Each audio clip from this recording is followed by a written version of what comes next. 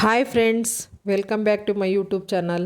ಇವತ್ತು ಪಾಲಕಿಂದ ಪಪ್ಪು ಮಾಡ್ತಾಯಿದ್ದೀನಿ. ಪಾಲಕ್ ಪಪ್ಪು ಏನೇನು ಇಂಗ್ರೀಡಿಯೆಂಟ್ಸ್ ಬೇಕು ಅಂತ ನೋಡೋಣ ಬನ್ನಿ.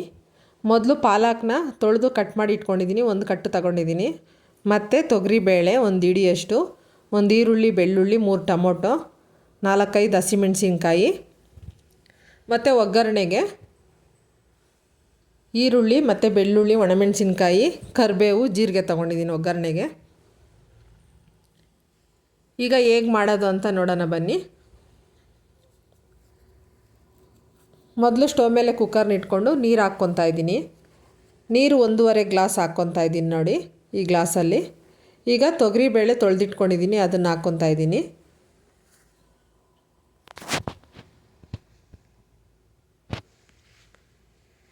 ಇಲ್ಲಿ ಎಲ್ಲ ಒಂದೇ ಸಲ ಹಾಕಿ ವಿಸಿಲ್ ಹಾಕ್ಸ್ತಾ ಇದ್ದೀನಿ. ನಾನು ಕುಕ್ಕರಲ್ಲೇ ಮಾಡ್ತಾ ಇರೋದು ನೋಡಿ. ಈರುಳ್ಳಿ, ಟೊಮೊಟೊ, ಹಸಿಮೆಣಸಿನ್ಕಾಯಿ, ಬೆಳ್ಳುಳ್ಳಿ ಎಲ್ಲ ಹಾಕ್ಕೊತಾ ಇದ್ದೀನಿ.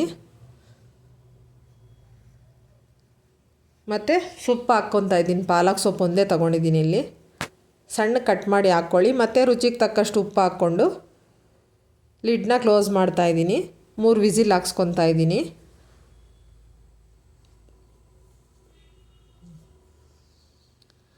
ನೋಡಿ, ಈಗ ಬೆಂದಿದೆ. ಈ ಥರ ಸ್ಮ್ಯಾಶ್ ಮಾಡ್ಕೋಬೇಕು ಇದನ್ನು.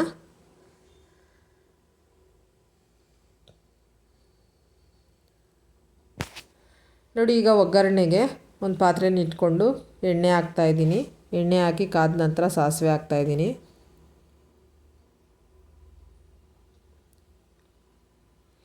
ಈಗ ಜಜ್ಜಿರುವಂತಹ ಬೆಳ್ಳುಳ್ಳಿ ಮತ್ತು ಕರಿಬೇವು, ಜೀರಿಗೆ ಎಲ್ಲ ಹಾಕ್ಕೊತಾ ಇದ್ದೀನಿ ನೋಡಿ.